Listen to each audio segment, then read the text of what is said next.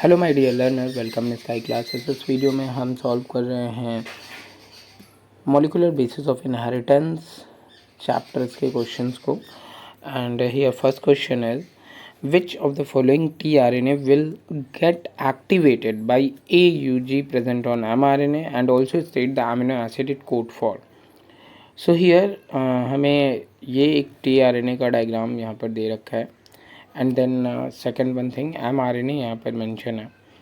So question ने हमसे पूछा है कि tRNA will get activated by AUG present on mRNA।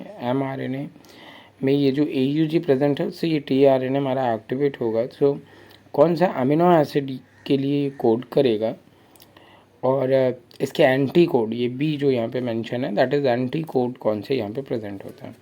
सो कि अगर AUG है सो it's very easy. AUG methionine के लिए कोड करता है, तो हमारे यहाँ पर ए में जो ऑप्शन हम फिल करेंगे दैट इज़ व्हाट मेथियोनिन।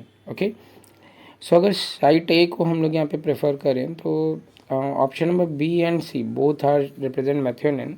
और ऐसे ही क्लियर हो जाएगा कि यहाँ पर सी के ऑप्शन में AUG दे रखा है जो कि ऑलमोस्ट इसका कोड ही है।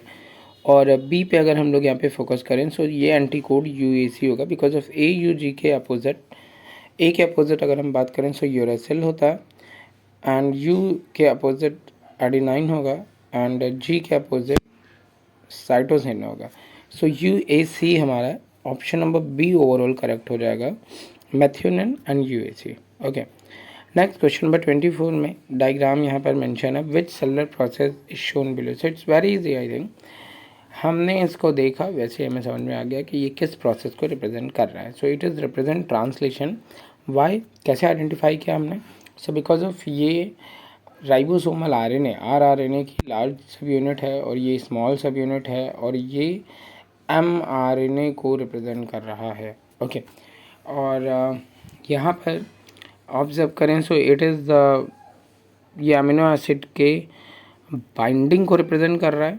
और तो ट्रांसलेशन तो हम आइडेंटिफाई कर लिए, बट यहाँ पर देखें तो BCND ट्रांसलेशन ही मेंशन है। और अब आइडेंटिफाई करना है कि इनिशिएशन है, इलोंगेशन है या टर्मिनेशन है। सो बिकॉज ऑफ अगर हम चेन देखें तो अभी कुछ खास बहुत बड़ी तो नहीं है। ऑलमोस्ट हम बोलते हैं 20 amino acids are required. So here that is I think elongation process, because of in translation we say that is elongation step. Okay, so ये प्रोसेसिंग अभी हो ही रही तो हम elongation बोलेंगे। Option number C is correct here. So fully in two questions all of you understand many things. Thank you.